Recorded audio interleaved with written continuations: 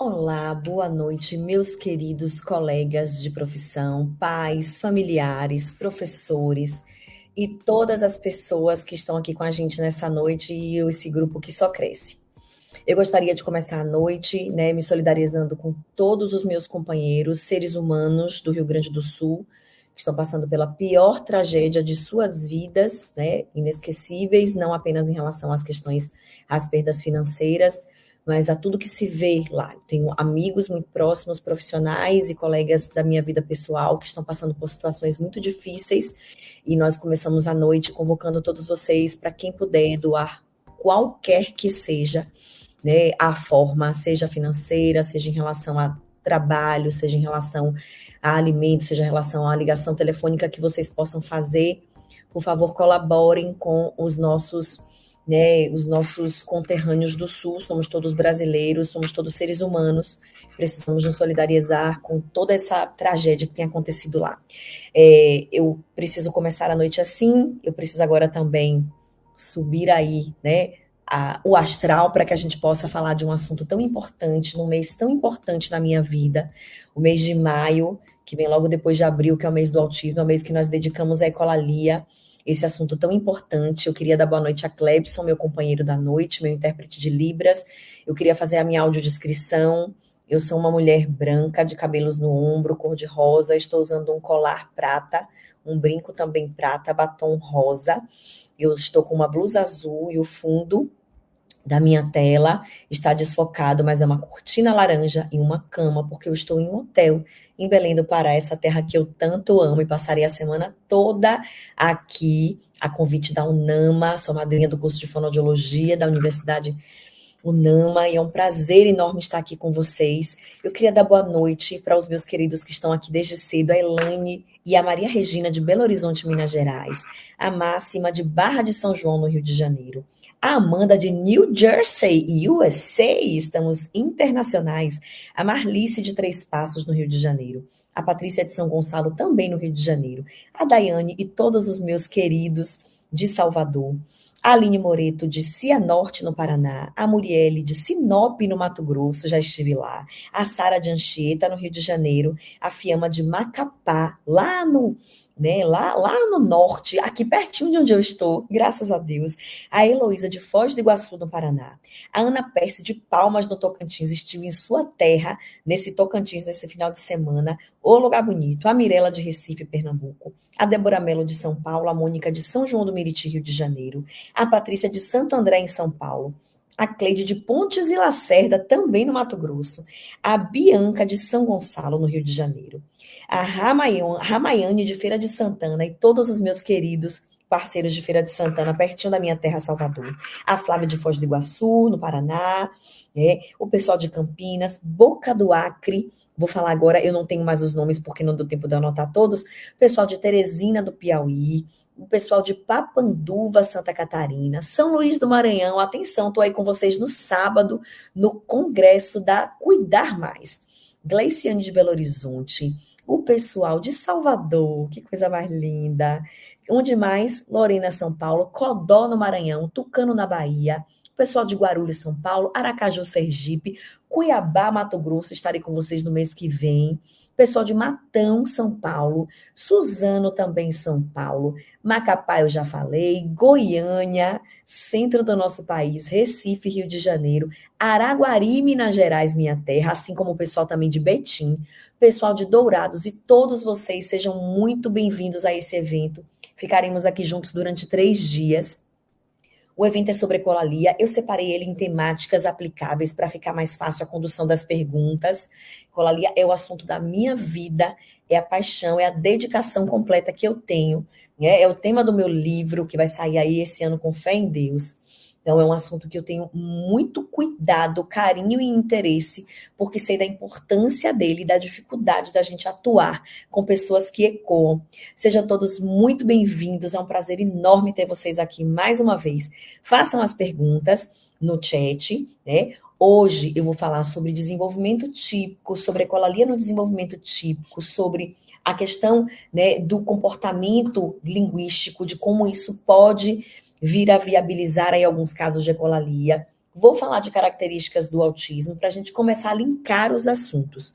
Entendam que esses 3 dias serão 3 dias sequenciais. Então, hoje eu falarei sobre a educação toda inicial, né? O que precede a ecolalia, entraremos em ecolalia e classificação delas. Amanhã vamos falar da relação da ecolalia, vamos falar também do processador Gestalt, e vamos falar, compará-lo com o analítico, obviamente, e vamos falar também de comunicação alternativa. E no terceiro dia, vamos falar de habilidades sociais e de como fazer orientações às famílias e a todos os profissionais sobre a condução da ecolalia. São 3 dias riquíssimos que vão gerar para vocês um certificado de 4 horas de participação para todo mundo que assinar a lista de presença durante os 3 dias.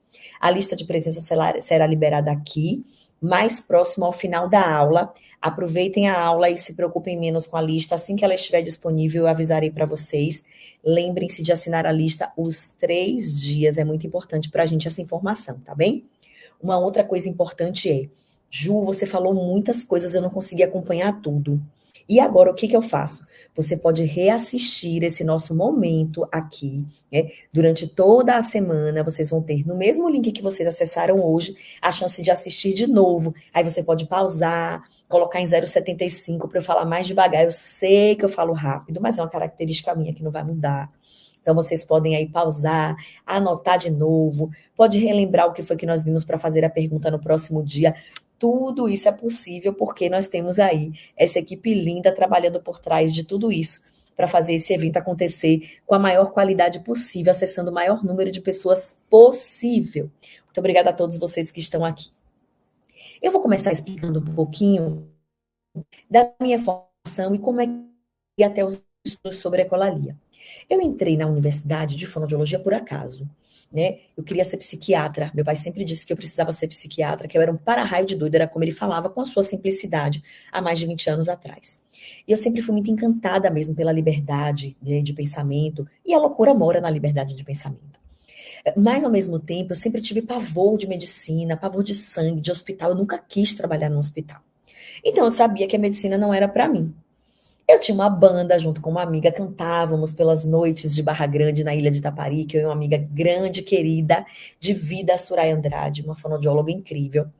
E aí ela falou para mim assim: por que a gente não faz fono? A gente gosta de cantar, a gente está na Bahia, vamos fazer fono.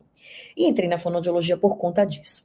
Ainda no primeiro ano de faculdade, tive contato com o autismo através da minha orientadora, querida amiga, parceira de vida, Carla Cardoso. E a partir de então, desde 2002, eu sou encantada pelo universo do autismo. De 2002 para cá, se vocês fizerem contas pequenas, vocês vão ver que nós estamos falando de 22 anos. Em 22 anos, eu passei por diversas fases no autismo. A fase em que eu tinha muito interesse em descobrir protocolos, a fase em que eu comecei a trabalhar com diagnóstico precoce, a fase em que eu me engajei em fazer todas as formações de diagnóstico do padrão ouro internacional, a fase em que começaram a aparecer os primeiros adultos buscando o diagnóstico. Eu não via muito sentido, não entendia por que alguém na vida adulta ia querer o diagnóstico, e toda a minha ideia foi modificada pelas próprias pessoas com autismo. E eu costumo dizer que nesses 22 anos eu aprendi muito com grandes mestres, mas as coisas mais importantes que eu aprendi com as pessoas com autismo, né? Então é importante que a gente consiga abrir os olhos e os ouvidos para vê-las e ouvi-las, porque elas estão aí querendo e, graças a Deus, podendo falar, e tem muita coisa para nos dizer, temos muito o que aprender com eles. Muitos exemplos eu vou dar das próprias pessoas com autismo que conversam comigo sobre o tema. Lógico que tudo isso associado ao quanto eu já pesquisei sobre este tema na minha vida. Então, eu comecei a trabalhar com autismo, vim de uma formação psicanalítica baseada em Bates e todas as linhas psicanalíticas e pragmáticas. Quando eu saí da universidade, eu tive interesse em entrar na análise do comportamento, em fazer alguma formação para poder criticar melhor, porque eu vim de uma formação de crítica à análise do comportamento. E eu entrei na análise do comportamento e consegui compreender que dali existiam muitas possibilidades de ação e que eu não precisava entrar ali e me afundar ali, mas que eu podia beber daquela fonte para melhorar a minha prática clínica. A partir daí eu fiz outras formações, então eu tenho formações em diversos modelos, no Hahnemann, no modelo de intervenção, que eu adoro muito, que é o modelo Floor Time. Então eu tenho formação em diversos modelos e cada um deles me trouxe aí tanto novas perguntas e novas curiosidades, como também algumas respostas. E foi no meio da entrada do universo da pós-graduação, por volta de 2016, há quase 10 anos, há 8 anos atrás, que eu comecei a conviver com muitos neuropsicólogos, né? E comecei a estudar muito as funções executivas, porque eu percebia que algumas coisas não cabiam nos conhecimentos que eu tinha da universidade apenas. Eu não conseguia explicar ecolalia, eu não conseguia explicar, eu conseguia entender as dificuldades de pragmática, mas o impacto disso na vida social e nas avaliações de linguagem eu não conseguia explicar. E foi junto com a neuropsicologia que eu fui encontrando algumas respostas, e quando eu abri os meus olhos para as funções executivas, foi que tudo passou a fazer sentido. E foi juntando os links, né? Eu já tinha 10 anos de docência, eu entrei na docência muito cedo, eu passei num concurso muito jovem, eu entrei na docência muito cedo, e juntando com as minhas experiências de docência, associados a esse novo conteúdo de funções executivas, foi que as coisas passaram a fazer muito sentido. E aí vem todas as bagagens que vão surgindo ou vão florescendo ou vão renovando, porque eu costumo dizer que muitas coisas, inclusive amanhã, uma discussão muito importante será essa, né? O processador Gestalt não é uma nomenclatura nova, é uma nomenclatura dos anos 80, da época do meu nascimento, há 43 anos atrás.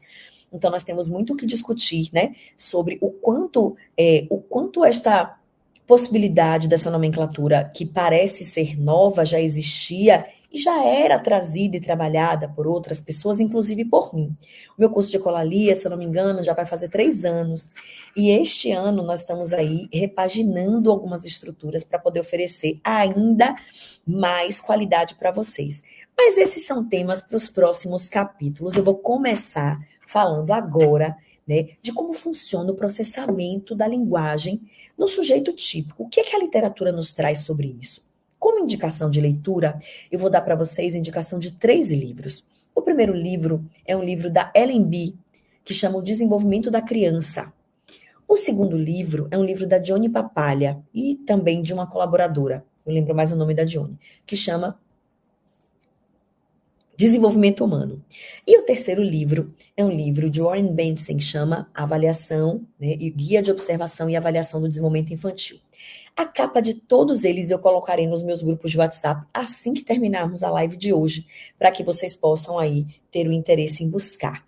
A Irami botou aqui, eu fiz o curso de ecolalia em 2023 com a Ju Rocha, super indico. Muito obrigada, Irami. Eu gostaria de deixar um beijo especial aqui para a Alzira, minha querida de Curitiba. Nós não nos conhecemos pessoalmente ainda, mas é um plano, não é, Alzira? A Alzira me acompanha sempre, está aqui desde cedo. Eu gostaria de mandar um beijo enorme para Vanessa Ferrari, fomos colegas na universidade, lá na Unijorge, colegas de trabalho, éramos professoras, e temos conversado, nos aproximado, mas agora não é Van, nos reaproximado, uma querida, uma fisioterapeuta de mão cheia, dá muito gosto trabalhar com a Vanessa, eu sou muito feliz por tê-la em minha vida, assim como a Eline Neves, a minha querida de Belo Horizonte, assim como todas as pessoas que me acompanham, não é nesse, nem no webinar passado, nem no primeiro webinar do ano, mas sim ao longo desta jornada, que já vai completar 5 anos, né?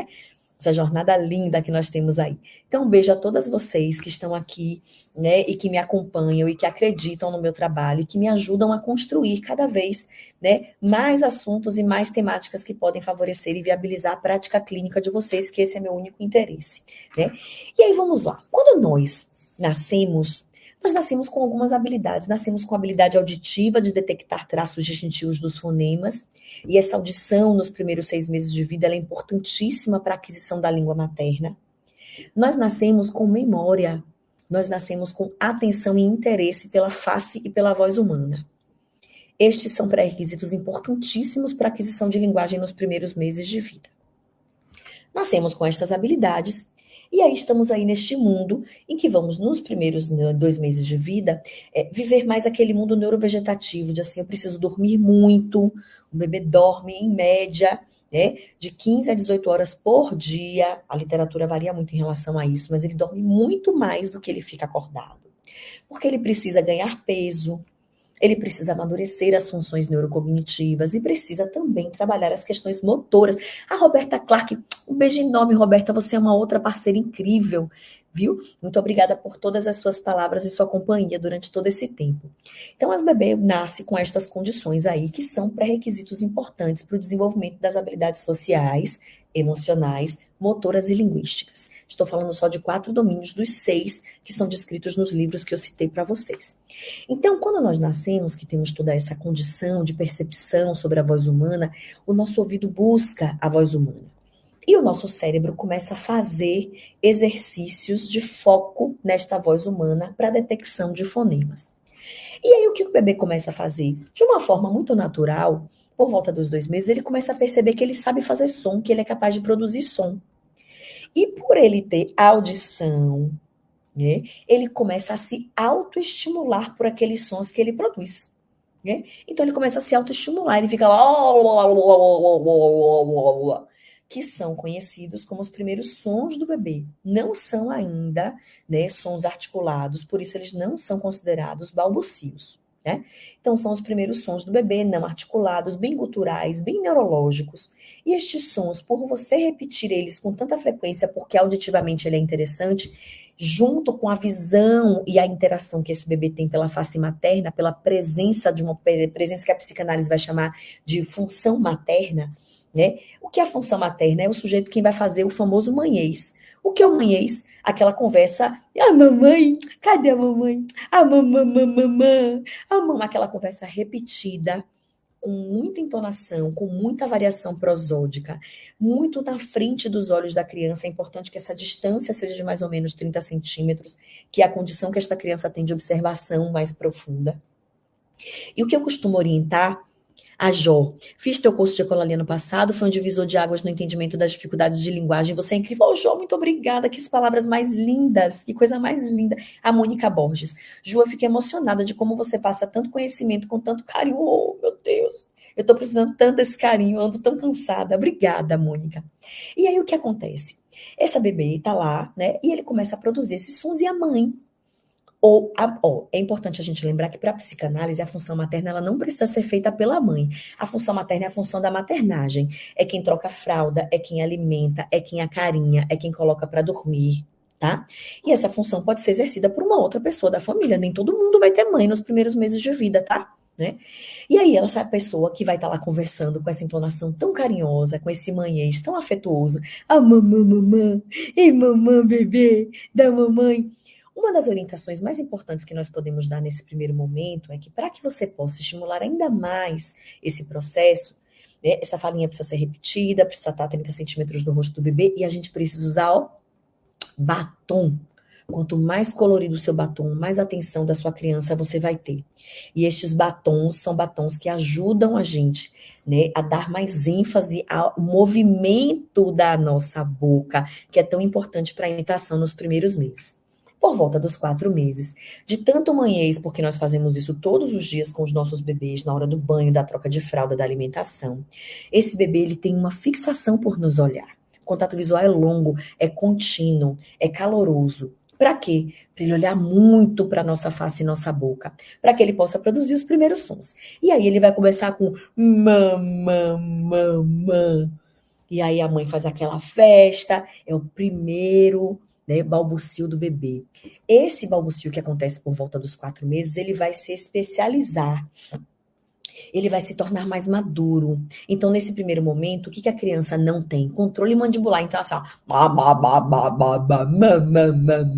a boca abre muito e fecha muito, porque ele não controla o fechamento mandibular.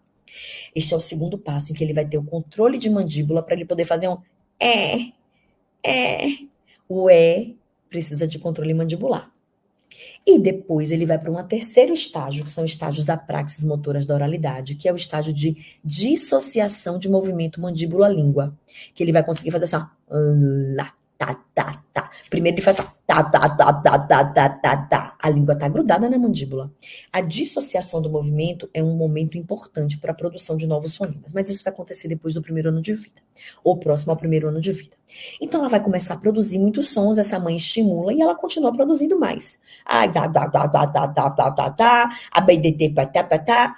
Com 6 meses, o ouvido desta criança ele se aprimora um pouco mais para a prosódia. O que é a prosódia, Ju? É a entonação da fala humana. A entonação da fala da mãe. Então, você faz assim para ele, você quer mais, Tetê? Quer mais? Ele vai compreendendo que ali é uma pergunta. Ele não sabe ainda o que significa a palavra pergunta, mas ele entende que depois dessa entonação, ele tem que entrar com uma sonoridade. É a hora dele participar. É a deixa para o teatrinho dele. Isso ele entende. E ele entende que quando ele ouve assim, ó, não pode fazer isso. Não. Que coisa feia o que você está fazendo. Você fez xixi na sua própria banheira. E ele vai entender que aquela entonação é a entonação que precisa de cuidado. Ela está falando muito sério comigo.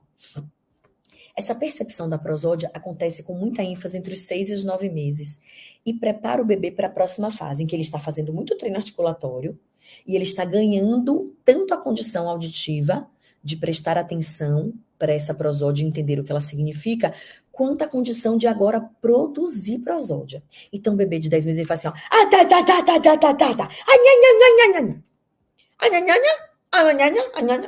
então, ele usa da prosódia, mesmo sem nenhuma produção direta, direcionada para a produção de palavras, que ele ainda não tem essa condição. Olha só quantas coisas importantes acontecem nesse primeiro ano de vida, tá? E esse primeiro ano, ele vai fazer, então, treinos para ganhar condições de se comunicar sozinho, né?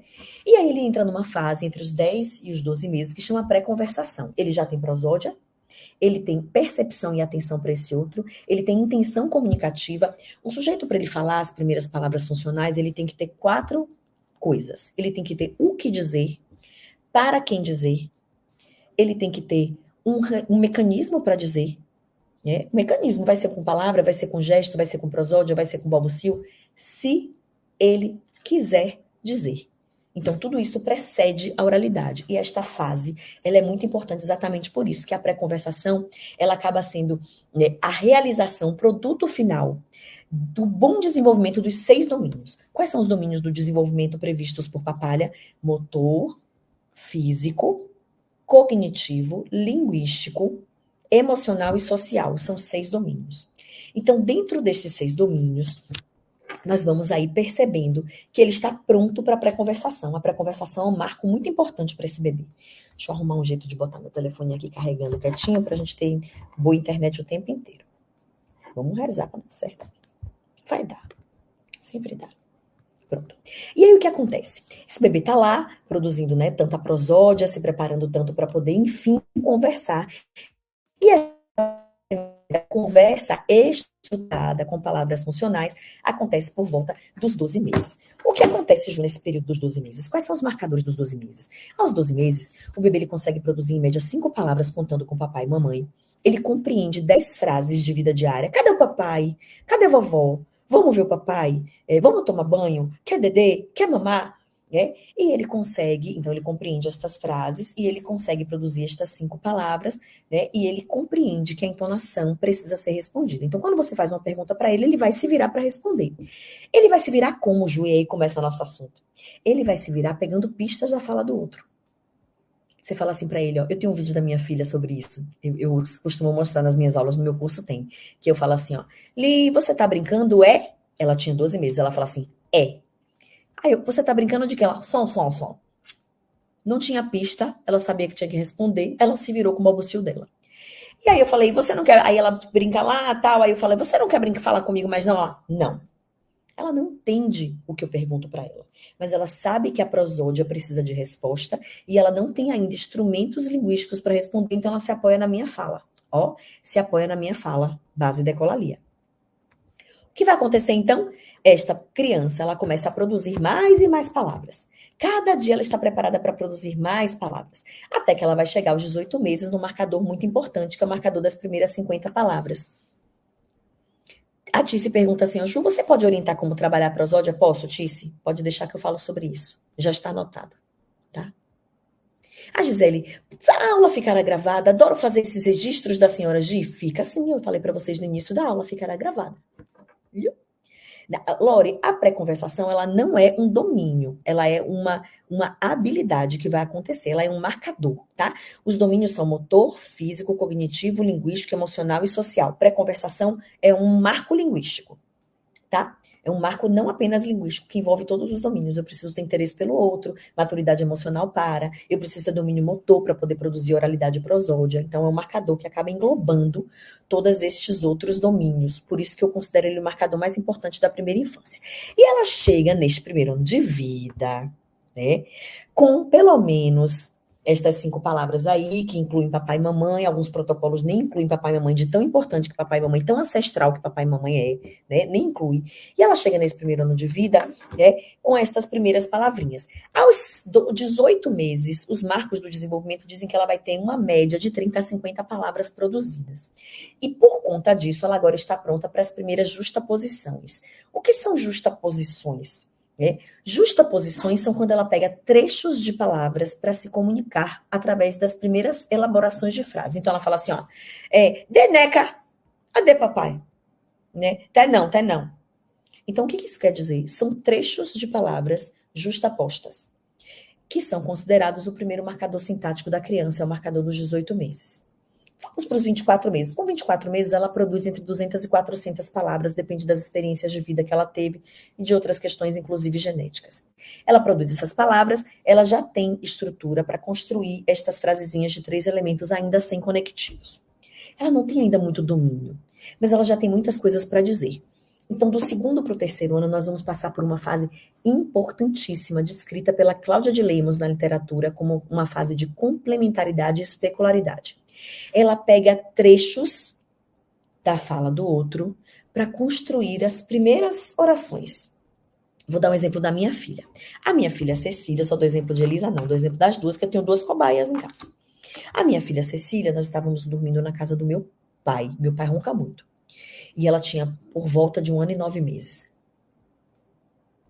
E ela virou para mim e falou assim, ela ouviu o vô roncar e falou assim, Eline, meu amor, eu não sei se você estava aqui no início, mas eu já mandei beijo para você logo no início. Ela virou e falou assim, ó, mamãe, que isso? Era meu pai roncando. Aí eu falei assim, seu vô, filha, seu vô que tá roncando, ela. Roncando? Se é. Aí o barulho, ó. Aí ela olhou assim para mim e fez, Deus, o Jesus, que vovô safadão. O que é isso? Deus, o Jesus, é a junção de frases, né, de expressões ditas pela família. Meu Deus, Jesus de Maria e José, misericórdia. Eu tenho muitas expressões. Nós baianos temos muitas expressões, nós nordestinos. Quer dizer, o povo do Brasil todo tem, né? O povo do Brasil todo tem. Né? E aí ela falou essa frase, o que é isso? Ela pega trechos de justas posições para formar a primeira frase, e eu, enquanto adulto interlocutor, aqui vou modelar. Meu Deus, o Jesus, o quê, mulherzinha? Meu Deus, Jesus. Aí ela, que vovô safadão. Ela não sabe o que significa a palavra safadão, mas ela ouve esta palavra. E ela acha que cabe ali. Ainda falta bagagem semântica para. Para isso é tão importante a modelagem do adulto, do interlocutor. Né? Por isso que é importante. Deixa eu ver se alguém tem alguma pergunta. A Aline Venceslau. Eu estou amando sua primeira aula. Que bom, Aline, muito obrigada. A Emanuele, sempre usa o batom vermelho na sessão. Vermelho, laranja, roxo, rosa, varim, marrom, preto. Se virem. Cada um que procure a revendedora Mary Kay, Boticário, Avon, que agora a Avon tem aquele batom que não sai da boca de jeito nenhum, que é desse maravilhoso que eu estou usando. Cada um que se vire para comprar o seu batom, busque aí desconto da revendedora, porque isso é muito importante pra gente, tá? A Ana Percy bota assim, 200 a 400 palavras a criança fala com 24 meses, sim, Ana, é o que tá na literatura. E aí o que acontece? Ao final do segundo ano, esta criança ela está apta cognitivamente a perceber 3 coisas importantes. Flexão de verbo, no passado e no gerúndio. O que mais que ela está pronta para perceber? Masculino, feminino, singular, plural, aumentativo e diminutivo. E ela está pronta para algumas, né, para os pronomes, né? Então, os pronomes meu, meu, é dele, eu, você. Esta estrutura é praticamente o esqueleto de uma frase. O domínio dos pronomes, o domínio da flexão de verbo e os complementos. Né? Então, assim, por conta disso, os complementos ela veio adquirindo ao longo dos 2 primeiros anos de vida. Por conta disso, ela agora está pronta para estruturar as suas próprias frases. Mas eu falei uma coisa que é muito importante para vocês entenderem a ecolalia. Ela precisa ter condição cognitiva. E quando eu falo condição cognitiva, eu estou falando de funções executivas. Ela precisa ter controle inibitório, memória operacional, principalmente memória sequencial auditiva.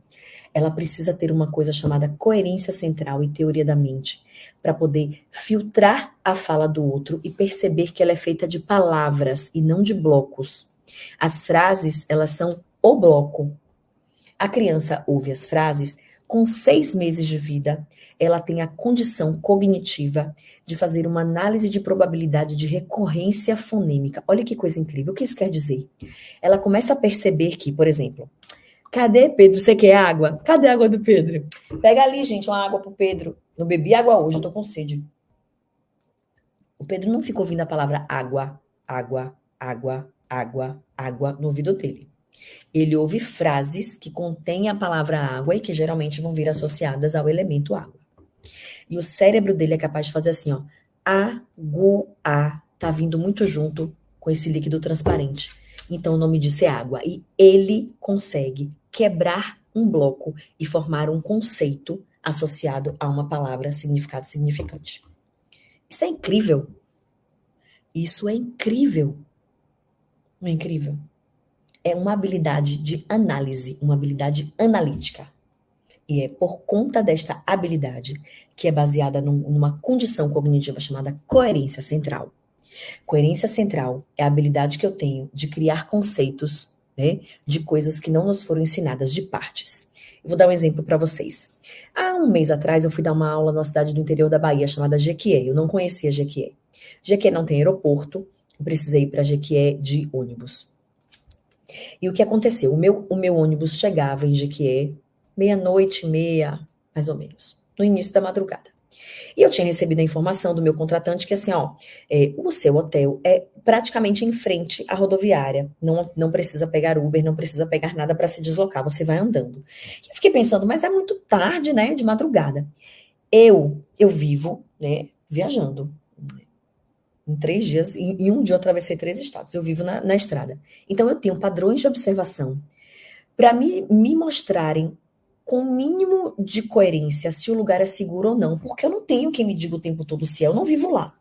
E aí o que eu fico prestando atenção? Eu presto atenção no seguinte, eu queria mandar um beijo também para Fabi Mota, minha querida. Como é que estão as coisas aí, Fabi? Eu estou muito preocupada com vocês.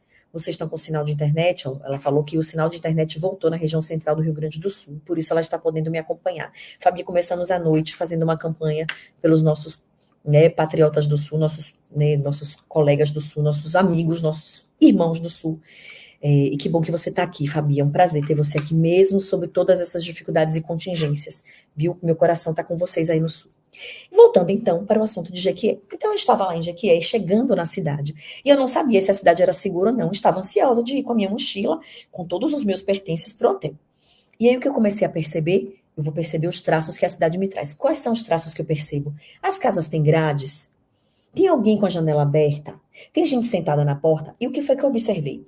1 hora da manhã, tinha uma família sentada na porta, nas cadeiras de praia, encostados assim, conversando, tomando uma cervejinha. Ó, primeiro ponto para a segurança. Depois eu vi uma mulher andando com uma criança, as duas de mãos dadas, e ela com o celular na mão. Segundo ponto para eu considerar um lugar seguro. Depois eu passei por um bar em que as pessoas estavam sentadas na mesa e as mesas estavam cheias de celulares. Eu juntei estas 3 informações que não são iguais, que não estão juntas, que vieram de horas e momentos diferentes dentro da cidade, com o passar do ônibus, e eu criei o conceito, que foi: esta cidade me parece segura. Isso que eu fiz, né, foi criar um conceito baseados em trechos. É uma análise baseada em coerência central. Quem faz isso são cérebros analíticos. Oh, Fabi, que coisa linda. Muito bom saber notícias suas. Não me deixe sem notícia, me dê sempre, tá? Tá? E aí vamos lá. Então, essa habilidade que nós temos de criar estes conceitos baseados nestas unidades é uma habilidade analítica. Uma habilidade que pessoas que têm falhas de coerência central não vão ter. E por isso, para elas é tão difícil quebrar estes conceitos. Vamos agora voltar para o desenvolvimento da linguagem. Então, eu tenho esta condição de fazer isso, e aí eu vou começar, né, a usar da fala do outro. Quando é que nós, pessoas que vão crescer aí dentro dos padrões descritos pela literatura como esperados de linguagem, quando é que nós ecoamos? Eu quero que a partir de agora você se coloque no lugar de alguém que está aprendendo uma nova língua. Você está aprendendo uma outra língua, você está entrando numa língua, é o nome que a psicanálise dá, processo de entrada numa língua. Na sua língua materna, se você acabou de nascer e está no primeiro ano de vida, né? Obrigada, Anne Gomes. E se você está aprendendo uma nova língua, você está entrando na outra língua, só que você tem como referência a sua gramática, tá? Isso também é mais importante um pouquinho para frente. A Márcia Barros bota aqui, ó. Minha igreja também está orando por vocês, do Rio Grande do Sul. Acredite, Deus entrará como procedência. Muito obrigada, viu, Márcia, pelas suas palavras. O pessoal do Sul agradece. A Mirley Marcengo. Mirley, Mirley, você não é minha Mirley de Curitiba? Ju, querida, te ouvindo com o mesmo encantamento da primeira vez. Você tem o dom de clarear o conteúdo. É você, Mirley, não é? Mirley, você está me devendo um drink na sua casa. Eu não me esqueço nunca quando alguém me promete uma bebida. Viu? Então vamos voltar para a aula. Aí é você mesmo. Um beijo bem grande para você e para toda essa galera incrível de Curitiba, essa minha turma, que foi uma turma incrível que eu não me esqueço nunca. Vamos voltar. Então, voltando, né, para esse pensamento da condição da construção da linguagem, você está entrando numa língua, você está aprendendo uma língua nova, tá? Ou você está aprendendo sua língua materna porque você é um bebê. Quando é que você repete o que o outro diz? Geralmente por 3 motivos. Primeiro, você repete porque você precisa armazenar uma palavra nova. Se você não conhece uma palavra, você tem que armazenar uma palavra nova. Você precisa repetir ela para você guardar o engrama motor e a estrutura que ela tem. Não adianta você ouvir uma palavra por uma única vez e achar que você vai decorar ela. Não vai. Você precisa ouvir ela diversas vezes para você poder aprender o que aquela palavra significa, certo? Então você vai repetir para aprender, para armazenar o engrama motor, para aprender uma nova palavra. A criança típica, ela também vai fazer a mesma coisa. Quando é que a gente repete, pelo segundo motivo que a gente repete? A gente repete quando a gente não sabe a resposta. Se vocês viram para mim e falam assim, ó, ô Juliana, você prefere casar com o Rodrigo Hilbert ou com o Alexandre Nero? Eu vou falar assim, eu casar com o Rodrigo Hilbert ou com o Alexandre Nero? Se eu quero casar com o Rodrigo Hilbert ou com o Alexandre Nero? Pode ser os dois? Provavelmente não pode. Então, quando eu repito o que o outro diz, provavelmente, neste caso, que esse exemplo que eu trouxe para vocês, é porque eu não entendi. Né? E se eu não entendi, eu vou repetir, eu tendo a repetir. O que é que faz vocês não acharem estranho a minha repetição? 5 segundos para vocês pensarem. 1, 2, 3, 4, 5. Obrigada, Adriano, seja bem-vindo. O que faz vocês não acharem estranho é expressão facial e prosódia. É o que nós chamamos de traços suprassegmentais, os complementos da oralidade. São esses 2 motivos que fazem vocês não acharem estranha a minha repetição. A Anne, Ju, estou fazendo comunicação alternativa, os cursos são incríveis. Muito obrigada, Anne, que Jesus lhe abençoe. Então, esses 2 aspectos, eles modificam a percepção de vocês sobre por que eu repeti. Terceiro motivo que fazem pessoas típicas, neurotípicas, como vocês queiram usar o termo, repetirem. Quando elas não entenderam a pergunta. Se eu pergunto assim, se você me pergunta assim, eu tô aqui, né, no norte, aí aqui tem várias, pronto, eu vou usar uma palavra que me ensinaram hoje, mas que quando eu ouvi, ai meu Deus, eu esqueci a palavra, peraí, não, vou lembrar. Ju, você já comeu abacama? Aí se eu já comi abacama, eu repeti. Eu não sei o que é abacama. Não, abacaba, gente, que é abacama. Ju, você já comeu abacaba? Eu disse, abacaba, eu já comi abacaba. Eu repeti. Por que vocês não acharam estranha a minha repetição? Prosódia e expressão facial. Então, não foi pela fala dita. A fala dita foi ecoada. Foi pelos traços suprassegmentais dessa fala. Olha a grandiosidade do que eu estou dizendo a vocês. Vocês estão entendendo que babado é forte? Que o babado é fortíssimo? O babado é forte, minha gente. O babado é forte. Então, pois é, Camila, as minhas expressões, a minha dermatologista fica muito chateada, que ela fala que não tem botox que dê conta das minhas caras, que eu não pode mexer a cara, né? É um problema. É um problema. Mas vamos voltar ao nosso assunto, né? Que a gente está aqui para falar de ecolalia. Então, a Kátia diz assim, ó. E quando acontece a ecolalia como forma de resposta? Ela te responde com ecolalia. Kátia, eu preciso de detalhes. Essa sua resposta foi muito genérica, porque ela pode repetir uma ecolalia de diversas formas. Por exemplo, você pode fazer assim, ó. Você quer água? E ela pode responder, você quer água? E virar as costas e sair, você não saber se ela respondeu que sim ou que não. Mas ela pode ecoar assim, ó. Você quer água? Ela quer água? E quando ela diz que é água, ela mitiga o que quer dizer que ela quer água. Então, as respostas ecoadas, elas podem ter diversas funções. Eu preciso entender a topografia. A topografia é uma palavra muito comum da análise do comportamento, mas ela cabe aqui. Eu preciso entender qual foi o trecho ecoado, porque isso define o tipo de ecolalia, né? Então, eu estou falando primeiro da ecolalia típica, eu repito porque eu não entendo, porque eu não sei a resposta, ou porque eu preciso aprender uma palavra. Quais são as condições que fazem ela ser muito típica? Primeiro, ela é contextual. Ela acontece ali naquela hora e acabou. Ela não vai acontecer de novo, né? Ela repetiu, ela entendeu a palavra. Estou pensando que é o computador, mas é um tracinho branco, um pedaço de algodão. Ela repetiu a palavra, né? E ela aconteceu ali naquele momento, ela é pontual, ela não vai se repetir num outro contexto. Não existe uma ecolalia tardia, né, não comunicativa do desenvolvimento típico.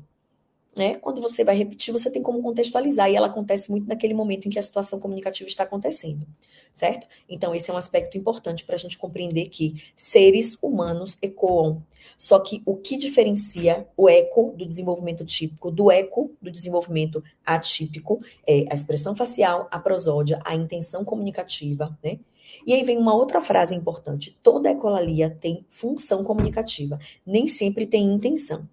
Se ele usa uma ecolalia para fuga de demanda, ela tem função, mas não tem intenção de comunicar com você, tem intenção de se livrar de você. Mas esses são assuntos para os nossos próximos capítulos. Eu vou aqui. O Júnior Siqueira. Eu faço parte de um grupo de ateis aqui na minha cidade, em Santa Cruz do Capibaribe, Pernambuco. E todos os ateis estão assistindo a aula. Saí compartilhando o link. Muito obrigada, Júnior. Muito obrigada. Um beijo para todo mundo do seu grupo de estudo, para todos os ateis de Santa Cruz de Capibaribe. O que é mais que nós precisamos pensar sobre? Então, vamos lá. Então, eu estou falando sobre o ecotípico, da criança que ecoa para aprender. Ela é pontual, ela é contextual, ela não perde o foco da comunicação. A comunicação, ela vai acontecer. E se eu ecoo e o outro não entende, eu modifico a minha fala, eu uso algum recurso para poder fazer o outro entender qual foi a minha intenção, certo? Ela não é repetitiva a ponto de se tornar um movimento estereotipado, né? Ela acontece, ela é pontual, né? E isso é um aspecto muito importante. Que coisa linda, Krika. Obrigada pelas suas palavras. Apoplética, a palavra que ela usou, gente. Eu fico apoplética. Vou anotar, porque vou usar com mais frequência. Apoplética. Perfeita. Renovando o meu léxico. Muito obrigada, Krika. Vamos voltar. E aí o que acontece? Ela está lá nesse desenvolvimento típico, ela vai passar por esta fase temporária que não dura mais do que 6 meses. Por quê? Porque ela continua inserida no contexto da língua materna dela, da língua nativa, que é a palavra mais correta, da língua nativa dela, e isso faz com que ela está ecoando, mas ao mesmo tempo aprendendo um verbo, ecoando e aprendendo um verbo novo. Olha como a criança é incrível. Uma criança de 3 anos, ela não sabe o que é verbo, ela não sabe o que é vogal, ela não sabe o que é sufixo, nem sabe o que é prefixo. Então você fala assim para ela: você comeu, né? Vocês conversando, comi. Você bebeu a água? Bebi. Bebeu o suco? Bebi. Você dormiu? Dormi. Aí você pergunta assim: ó, você fez? O que ela responde? Eu fazia. Você deu? Ela eu di. O que ela está fazendo? Ela está fazendo uma generalização de uma palavra que ela não sabe que existe. Olha que coisa linda. Ela consegue identificar a lógica, o algoritmo que gere a flexão do verbo. E ela faz isso com 3 anos de vida. Ela consegue selecionar qual é o trecho que significa verbo, qual é o trecho que eu tenho que retirar e transformar ele pelo i, trocar ele pelo i. Vocês têm ideia, minha gente, do que é isso? Érica, sou de Barbacena, trabalho na PAI, eu já fui aí dar um curso. Você não trabalhava lá, Érica, que pena. Eu amei minha visita a Barbacena, amei. Tenho minha carteira de louca de Barbacena, carteira da loucura. É minha carteirinha, graças a Deus. Vou voltar. E aí nós estamos aí falando desta criança, que ela está nesse contexto em que ela ecoa porque ela está aprendendo uma palavra nova, mas ela acabou de aprender uma flexão de verbo aqui. Então ela sempre está indo para a frente. O desenvolvimento linguístico dela sempre está indo. Entenderam? É sempre para frente. O desenvolvimento infantil, ele tem algumas premissas. Uma delas é, ele é sempre multidirecional. Ele é multidirecional. E ele é multidimensional. Ele acontece em todas as dimensões e em todas as direções. Ela não deixa de falar uma palavra porque ela aprendeu outra. Né? Ela sempre vai aprender palavras novas. E ela sempre vai usar todas estas palavras. Flávia, meu sonho em Foz do Iguaçu, minha filha, ver aquelas cataratas, acho que eu não volto, eu fico lá estatalada olhando, eu não vou querer voltar mais para casa. Oh, meu Deus, que maravilha. Voltando então para o nosso assunto, que eu vou e volto, né? Vocês que acompanham, vocês se virem para me acompanhar.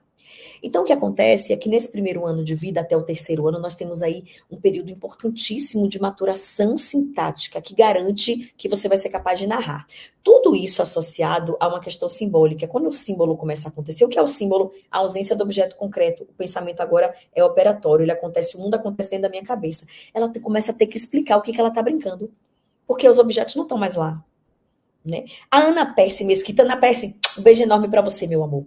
Tu acha que eu uso adoro, tu acha? Amo. Tu é de onde, Ana? Tu é de onde? Ana? Eu não anotei, não, Ana. Ah, de Palmas, Tocantins. Claro que eu anotei. Ana, tu acha que o uso de tela em excesso atrapalha? Não sei o que acho na literatura, vou falar pra vocês. Tipo, tem um paciente que é muito exposto e tem muita ecolalia tardia. Tá, sim. Se ele está exposto a mais conteúdos impessoais, o que são conteúdos impessoais? Conteúdos que não são tidos para conversa com ele. Tem uma premissa, eu vou trazer uma premissa do bilinguismo. Tem uma premissa do bilinguismo que diz o seguinte: se nós formos expostos na primeira infância a 10 línguas diferentes, nós aprendemos as 10 línguas sem sotaque, sem nenhuma dificuldade.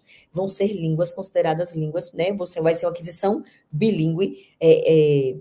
Ai, meu Deus, esqueci a palavra que eu queria dizer. Daqui a pouco eu lembro o nome da palavra. Simultânea, pronto. Bilinguismo simultâneo é quando eu aprendo muitas línguas ao mesmo tempo, junto com a minha língua nativa. E a língua nativa não é a língua da mãe, tá? É uma língua que vai ter outros pré-requisitos de escolha. Mas voltando ao meu assunto importante que eu vou falar agora, é o seguinte: o bilinguismo tem uma premissa que é: você vai aprender todas as línguas que foram conversadas com você, em que você precisou resolver problemas naquela língua. As outras não. A não ser que você tenha um processador de linguagem buscando algoritmos para aquisição de língua, que eu vou falar disso num outro momento, não é agora. E aí o que acontece? Se esse computador que está ali passando aquelas falas repetitivas em que eu não tenho que participar, eu não tenho que construir oralidade nem linguagem ali, a chance de eu decorar trechos porque o assunto é interessante, porque eu não entendi, porque a prosódia é maravilhosa, porque eu achei engraçada a parte do desenho, aumenta. Aumenta a mulherzinha. Então, a exposição excessiva aos eletrônicos, ela pode sim, né, trazer aí, ao invés de uma fala criativa, né, uma fala baseada em trechos e recortes de outros. Isso acontece com todos nós. Se você sabe aquele momento em que aquela novela da Globo, que a Globo lança, tem um bordão, que todo mundo passa a usar aquele bordão? É exatamente isso. Nós nos apropriamos de traços engraçados, interessantes, culturais. Nós nos apropriamos, a gente faz isso. Quem é que não faz ecolalia? A gente faz. Quando fala, ô Zé da Manga, quando a gente fala uma frase de um bordão de televisão, é que nós sempre contextualizamos, sempre mudamos a prosódia, sempre fazemos o outro compreender por que eu estou usando aquele trecho que não foi produzido por mim. Eu falo assim, ó, como diria manhinha. E aí eu falo a frase que manhinha diria. Eu não falo a frase que manhinha diria sem contextualizar para o meu interlocutor. É isso que faz a minha frase não ser colálica. Né? Entendem a diferença?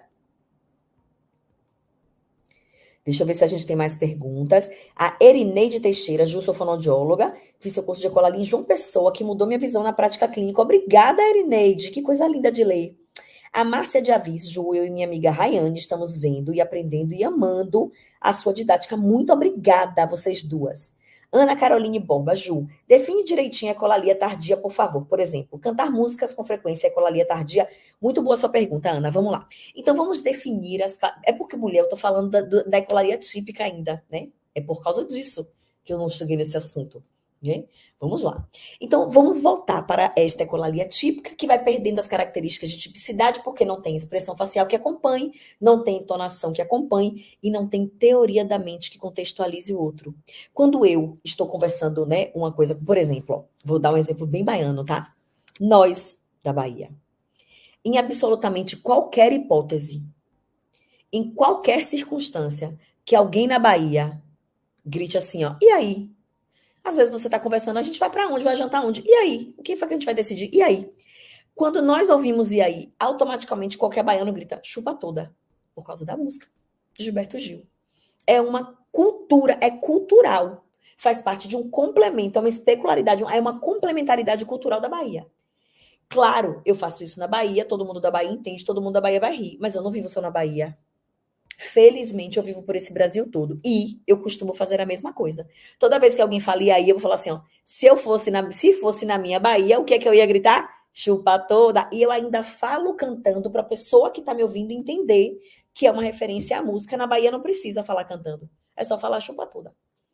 Vocês compreendem o quanto eu preciso saber quem está me ouvindo para poder contextualizar para o outro. Eu tenho que entender que o outro não é daqui. Eu estava dando uma aula.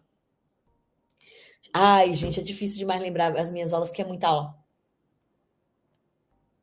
Eu estava com alguém da Bahia, em algum estado, dando aula.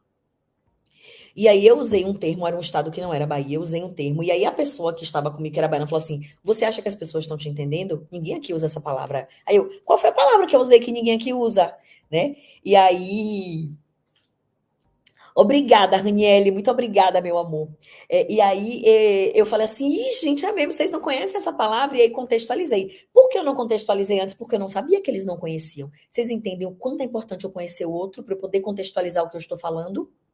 Eu não posso falar só o que passa pela minha cabeça, porque na minha cabeça passam diversos assuntos. E eu tenho vontade de falar todos eles, eu posso, mas eu preciso contextualizar o outro, porque eu sei que o outro não está dentro da minha cabeça. Percebem a diferença? Né? E aí, se me falha a teoria da mente, se me falha a coerência central, se me falha controle inibitório, porque, por exemplo, se eu estou numa reunião de trabalho, se eu estou numa entrevista de emprego e a pessoa que está me contratando, depois de uma conversa muito séria, fala assim: pronto, agora que eu já te fiz a proposta, e aí? Eu não vou chegar para essa pessoa que eu não conheço, que está querendo me contratar e falar chupa toda, né, gente? Eu não vou fazer isso. Eu até sou capaz de fazer, que eu perco o emprego, mas não perco a piada. Mas não é o certo. Né? E por que eu não vou fazer? Porque eu tenho controle inibitório, eu tenho funções executivas que funcionam para me dar as melhores respostas adaptadas para o ambiente em que eu vivencio, o que é diferente de uma pessoa, principalmente com autismo, tá? E aí, deixa eu ver se tem mais alguma pergunta que está relacionado a essa parte inicial, para eu poder entrar na ecolalia considerada patológica. A Raniele botou umas frases, coisas muito lindas para mim. Obrigada, Rani. A Bruna Mota, sou enfermeira há 14 anos, estou no meu primeiro semestre de fonoaudiologia. Feliz em te conhecer. Seja bem-vinda, Bruna, a essa profissão tão linda. Sejam muito bem-vindos todos vocês novinhos que estão aqui. Já assinaram a lista de presença? Está numa caixinha azul e amarela, logo embaixo do meu vídeo. Por favor, lembrem de assinar a lista de presença, tá? Por favor. Vamos voltar então, porque eu preciso definir a ecolalia antes do nosso dia acabar, porque nosso dia já está acabando, infelizmente, passa muito rápido. Vamos lá. E aí, esta ecolalia, no contexto patológico, ela vem por falha de função executiva. O que é a ecolalia? Eu vou definir a ecolalia. A ecolalia é a repetição de uma fala dita pelo próprio sujeito, fora do contexto, por uma outra pessoa, ou por televisão, né, que seriam as ecolalias impessoais, música, televisão, propagandas de jornal nacional, enfim, né? Então eu vou repetir trechos que podem inclusive ter sido produzidos por mim, mas num outro contexto, certo? E esta repetição nem sempre vai ter intenção comunicativa ou ela não vai conseguir alcançar o objetivo comunicativo, que é a frase mais correta. Nós temos muitas definições de ecolalia, todas elas definidas nos anos 80, são muitos autores. Deixa eu me lembrar alguns aqui. Por Prizan, nós vamos falar muito dele, Prizan, Duchamp, muitos autores que falam sobre essa ecolalia nos anos 80.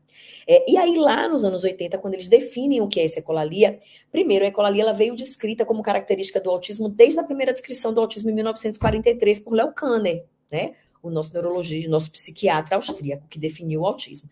As primeiras crianças descritas por ele tinham a ecolalia. A ecolalia só acontece no autismo? Não, porque agora eu vou trazer para vocês um conceito de ecolalia diferente que vocês não vão encontrar na literatura, vão encontrar no meu livro. A ecolalia, ela não é o problema. A ecolalia é um sintoma, ela não é uma doença. A ecolalia é um sintoma linguístico de um transtorno cognitivo, de uma disfunção executiva. A ecolalia acontece por falhas de função executiva. A pessoa que ecoa pelo mesmo motivo, ela só pode ter um tipo de ecolalia? Não. Ela pode ter diversos tipos de ecolalia. E aí, para finalizar, eu vou trazer a primeira classificação da ecolalia que aconteceu em 1982, que foi a classificação da ecolalia tardia, imediata e mitigada. O que isso quer dizer? A ecolalia imediata é a ecolalia em que eu falo, o outro repete. Por exemplo, quer água, Pedro? Quer água, Pedro? Tchau, João. Tchau, João. Cadê o beijo da tia? Cadê o beijo da tia? Quer amarelo ou azul? Amarelo ou azul. Então, logo após eu falar, ele repete. A Jéssica Gralha, Ju, olha a Bahia aqui. Sou físio. Foi sua aluna na pós-diaba em Vitória da Conquista. Um beijo enorme para você, Jéssica, e para essa galera de Vitória da Conquista que já deve estar frio e por isso eu não vou para aí. Eles sabem que eu tenho papo de frio. Pavor de frio. A Carol Castro botou assim, ó. Me surpreendi quando vi que já foi quase 1 hora. Parecem 10 minutos. Eu também acho, Carol, que só tem 10 minutos que eu tô aqui. E aí, então, a ecolalia imediata, entenderam? A ecolalia imediata, eu repito logo após o outro dizer. Pode ser com a mesma prosódia que o outro disse, ou pode ser com a prosódia minha, tá? A outra ecolalia é a ecolalia tardia. A ecolalia tardia é quando ela acontece fora do contexto, aconteceu em um outro momento, e ela também pode ser classificada em 3. Ecolalia própria, ecolalia do outro e ecolalia impessoal. Tá? É uma outra classificação de um outro autor de 1987. Então, nessa outra classificação, ele diz assim, ó, essa ecolalia tardia, em que eu vou falar coisas ditas em um outro contexto, né? Ela pode ser, quando eu repito uma frase dita por mim mesmo, por exemplo, ele está com você no seu consultório e você pergunta assim, você quer água? Aí ele fala assim, ó, quer não, mamãe? Eu não sou a mãe dele, provavelmente aquela frase dita por ele foi dita num outro momento. Eu posso considerar ela uma ecolalia tardia própria. Né? Eu tenho a ecolalia do outro, que é quando eu repito o que o outro disse em um outro contexto. Né? Eu tenho um paciente que ele vira para mim e ele fala assim, ó, rapaz, faça aí de novo para você ver alguma coisa que foi dita a ele por alguém. Né? Porque não faz sentido ali naquele lugar em que ele está, não faz sentido comigo, porém é uma representação de uma fala ouvida por ele em um outro momento, tá? E nós temos a ecolalia impessoal. A ecolalia impessoal, minha gente, é a ecolalia repetida por outros elementos que não ditos para mim. Então, o que seria a ecolalia impessoal? A ecolalia impessoal, por exemplo, é a repetição de um desenho, a repetição de um filme, a repetição de uma propaganda de televisão, a repetição de um slogan de alguma propaganda, a repetição de trechos de filmes, enfim, absolutamente toda a repetição de conversas que não foram tidas comigo, são conversas impessoais, certo? Então, estas são as classificações iniciais da ecolalia, e agora eu vou falar para finalizar da mitigada. A ecolalia mitigada é quando eu repito o que o outro disse, porém, eu vou ter uma habilidade importante, que é a mitigação. O que é a mitigação? É uma palavra importante para a nossa aula de amanhã, tá? De processador Gestalt. O que é a mitigação? A mitigação é quando eu consigo, não da forma que eu deveria, mas eu consigo manipular trechos da fala do outro, principalmente para fins comunicativos. Por exemplo, eu tenho uma criança que toda vez que ele tá perdendo o jogo, porque eu jogo para ganhar, eu não jogo para perder, não, viu? Eu não jogo para perder, eu jogo para ganhar. Eu quero ganhar também. Toda vez que ele tá perdendo o jogo, que ele vê que eu não tô deixando ele ganhar, ele fala assim, ó, game over, hora de dormir. Ecolalia mitigada, mitigada do jogo de computador, game over é uma parte do jogo de computador, a parte de finalização do jogo, e hora de dormir é a frase que a mãe fala para ele para encerrar o dia. Então, ele mitiga, ele pega de 2 contextos diferentes, frases que envolvem encerramento de ações, e vira para mim e fala game over, hora de dormir. Processador Gestalt de linguagem, que é o nosso assunto de amanhã. É um prazer enorme esse bate-papo. Deixa eu ver aqui as perguntas que vocês estão fazendo, para ver se cabe alguma para eu responder hoje, ou se eu vou deixar elas para amanhã, tá bom? A Joane, Ju, cadê você em Petrolina? Eu também quero, mulher, eu adoro Petrolina. Tem sido maravilhoso aprender com você, muito obrigada. O Nicolas Passos, o tempo voou. Muito obrigada, eu que agradeço, Nicolas. A Nádia na atividade, show, você é 10, obrigada. Fiz que planejamento, Ju. Quando a criança faz a ecolalia imediata e responde em seguida, é o quê? Que pergunta magnífica, falha de processamento auditivo central. As pessoas com autismo, eles vão ter uma dificuldade de armazenamento de cadeias auditivas longas. Então, eles precisam então, quando eles ouvem uma coisa, é como se elas não chegassem de forma clara. Elas podem chegar com assincronia, em ordens diferentes, ou elas podem chegar com eco, ou elas podem chegar e eu não entendi. E aí o que acontece? A área de caminhar dessa informação para chegar no cérebro, ela trava aqui. Não entendi. parou aqui no meu, ó, no esquerdo, né? Parou aqui no meu temporal esquerdo, na minha área associativa primária esquerda. Não entendi. O que eu faço? Eu repito. Quando eu repito o que eu ouvi, eu uso um outro caminho no cérebro. E este outro caminho leva a informação para onde ela deveria chegar, que é Wernicke. Aí ela chega lá em Wernicke, tá, agora eu entendi, agora eu posso responder. Falha de processamento auditivo central. Que pergunta maravilhosa que você fez. Rosana Urbieta, fantástica. Primeira vez que participo de uma aula sua, simplesmente demais. Muito obrigada. Thaís Rafael, essas aulas são muito maravilhosas. Assim eu não vou nem dormir hoje, gente. Eu vou ter que abrir uma serpinha, que é uma cerveja específica daqui dessa terra maravilhosa de Belém do Pará. Sayonara, Sayonara, um beijo enorme para você, meu amor, também uma querida que me acompanha há anos. Que maldade, então, você não vem para Caruaru de maio até agosto, porque a noite esfria. Só se for para dançar forró em junho, Sayonara, aí eu vou, porque, ó, no bate-barriga a gente se esquenta. Juliana Antunes, obrigada, Ju, até amanhã.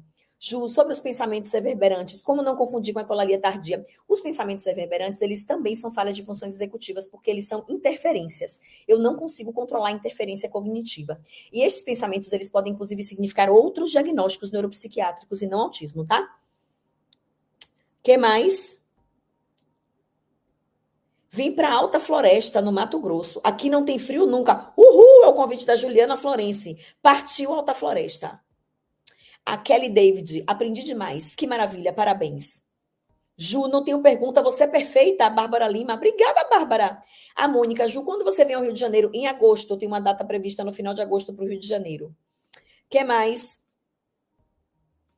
A Ana Raquel, Ju, eu sou físio e não consigo completar meu nome na lista de presença. O que eu faço? Anne Raquel. Gente, oriente a Anne Raquel, por favor. O que a Anne Raquel faz para ela poder assinar a lista direitinho? A Mica, Ju, você é maravilhosa. Micaele, de Jacobina, Bahia. Ô, terra bonita, Jacobina, com aqueles morros maravilhosos na entrada da Chapada Diamantina. Graciela Fernandes, Ju, obrigada por essa aula maravilhosa.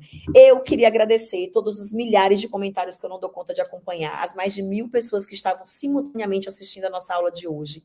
Eu queria dizer que, apesar de tudo isso, de todos vocês serem tão maravilhosos comigo, né? Ainda tem o tema ecolalia, que é realmente o meu tema de preferência, é realmente o meu hiperfoco, só não pode ser considerado hiperfoco porque não me deixa disfuncional, muito pelo contrário, só ativa o meu pensamento.